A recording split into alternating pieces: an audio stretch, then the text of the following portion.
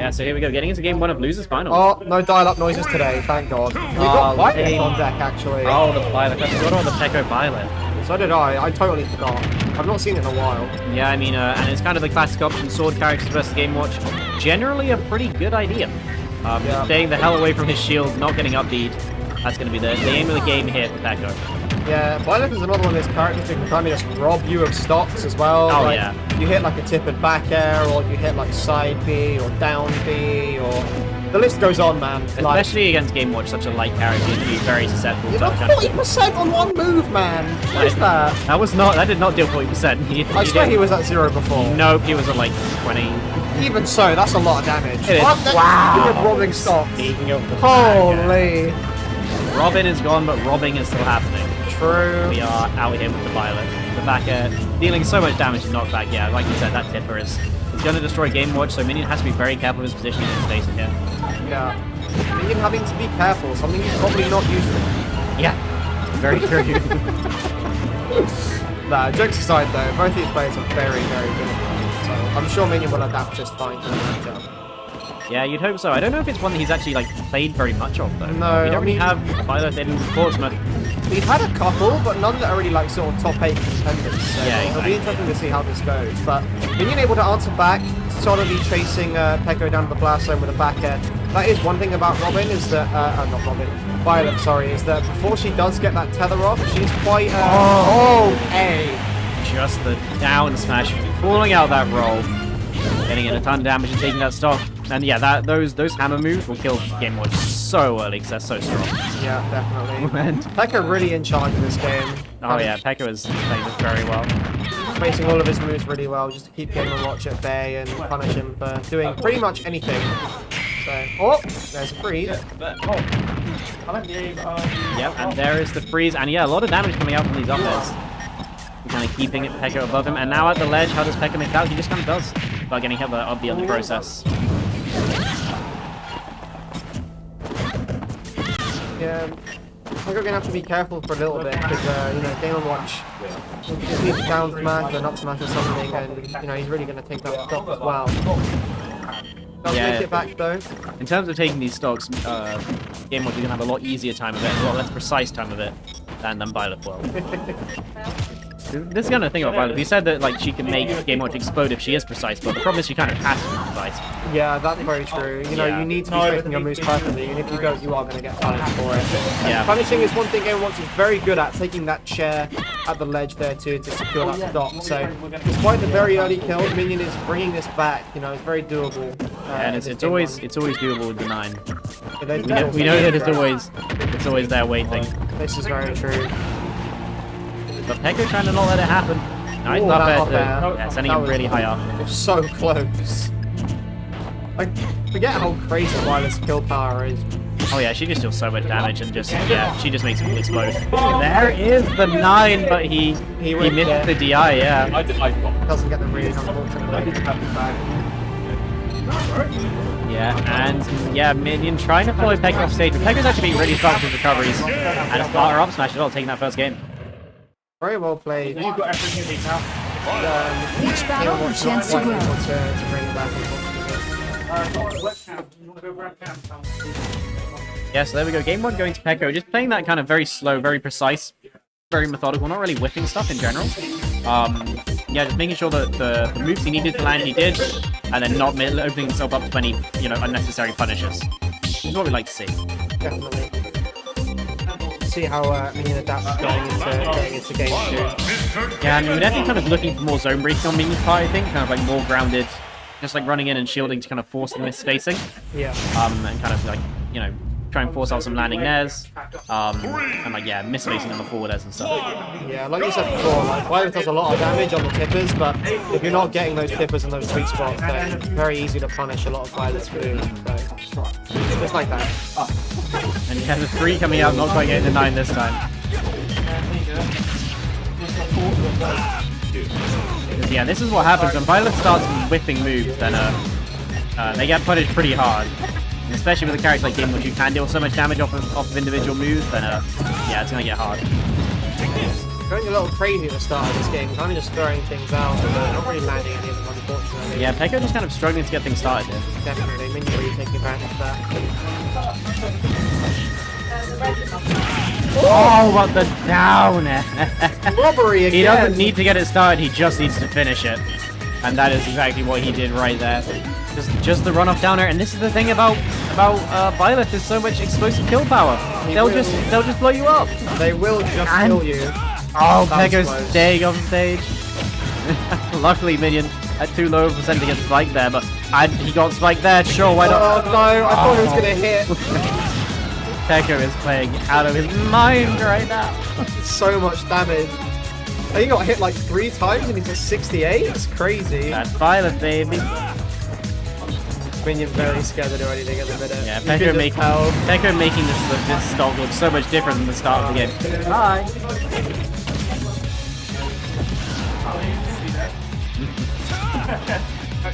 Bye-bye. But yes, this stock looking so much different than the first one. Peko looking very strong, but Minion getting his damage off his own just with these combos. Just one there can lead into so much. Shield looking a little low. That's the thing with Violet as well. You want to be shielding all those projectiles, but Violet does have shield break setups as well, so you really have to be careful against this character. You can't just be lazy at all. They will punish you for it.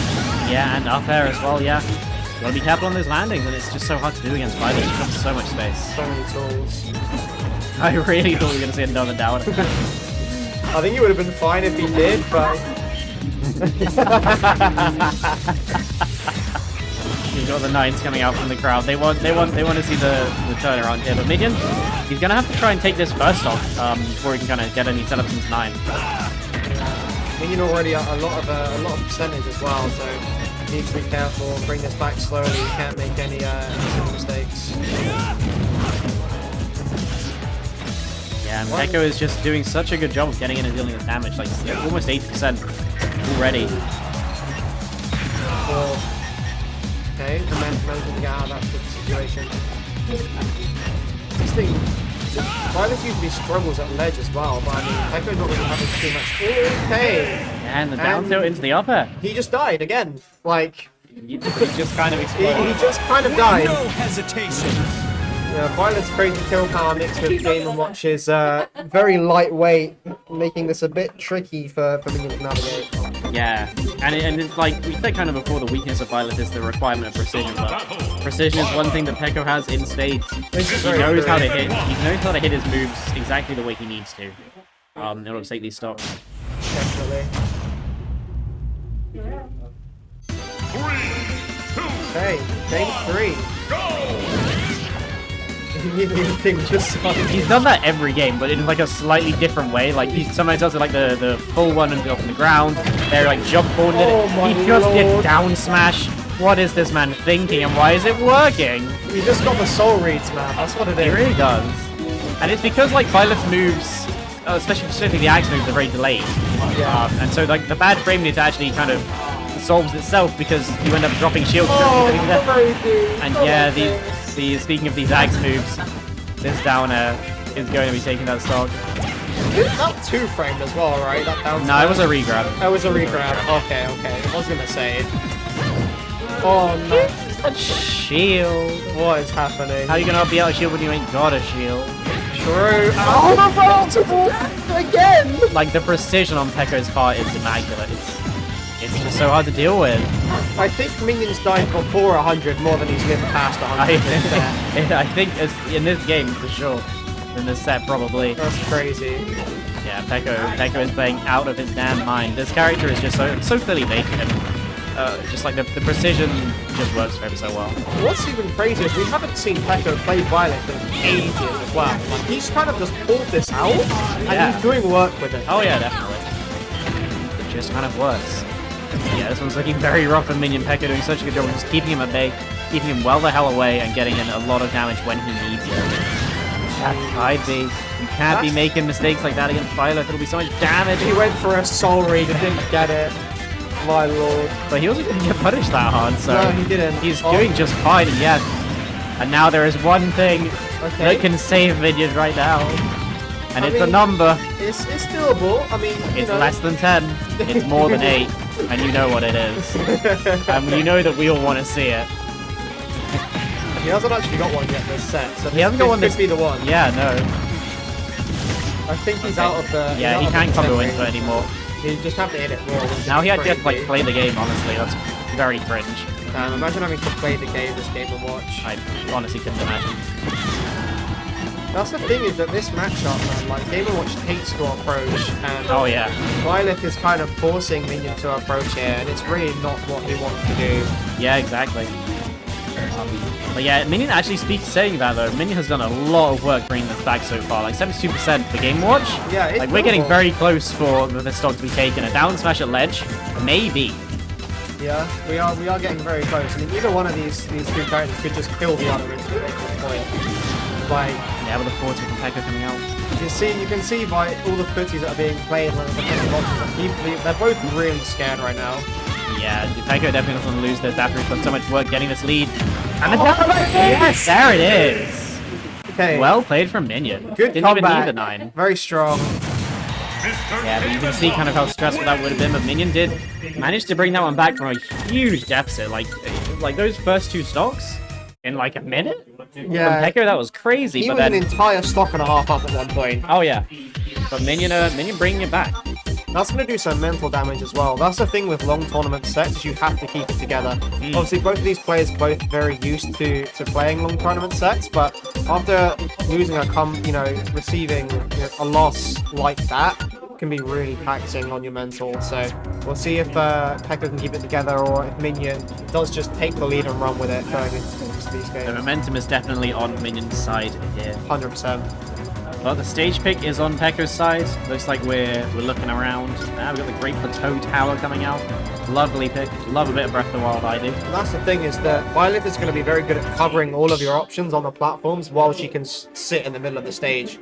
You know, just a short hop side B will cover like the entirety of the platform and the ground as well. I've just realized he picked the Plateau Tower in order to pick a Genshin Impact song, which is a significantly worse than this pick for me, I'm afraid. The thing Not is as much that of a fan. everything I just said doesn't matter because he switched back He's to now switched back to Robin. Yeah, a character we haven't seen in this set. Obviously, we've seen it in the previous sets, but this will definitely be interesting because of the big B move. Bucket is going to be coming out here for a Minion. There it is.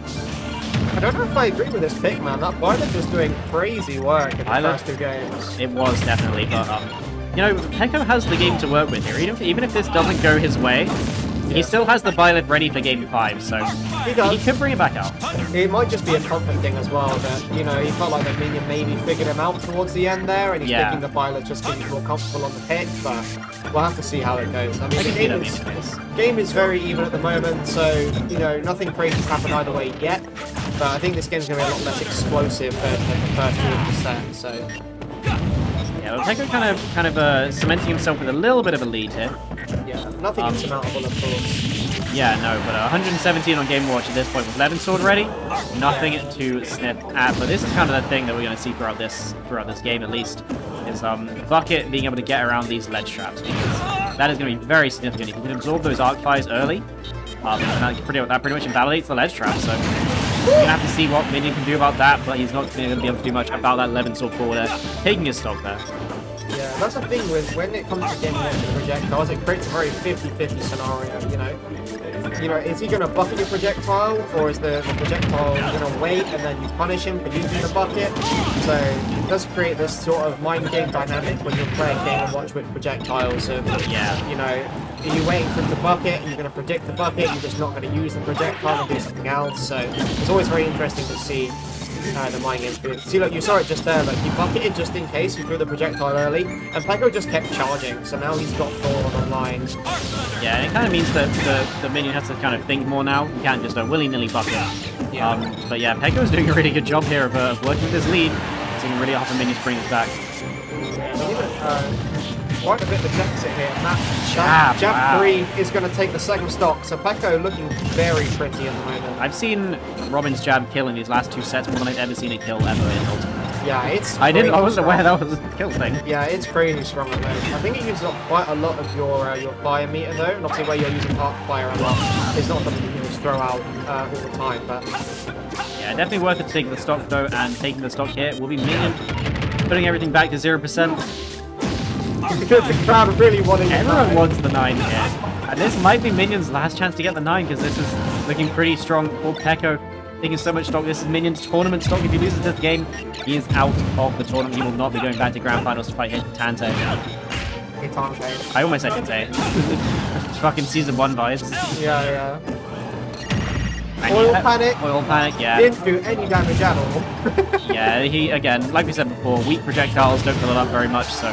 There's that jab again. Yep, and Thorin is charged, and Peko actually, I guess, reacted to that roll, but chose forward smash, which is too slow to actually punish it. And forward air? Robin. Not quite. Robin does so much damage here. Yeah, it's kind of crazy. This is a recap. Yeah. There we go. Very nice. Again. It seems our fates are joined. Seems like the character switch was the right choice. Yeah, he definitely made the right pick.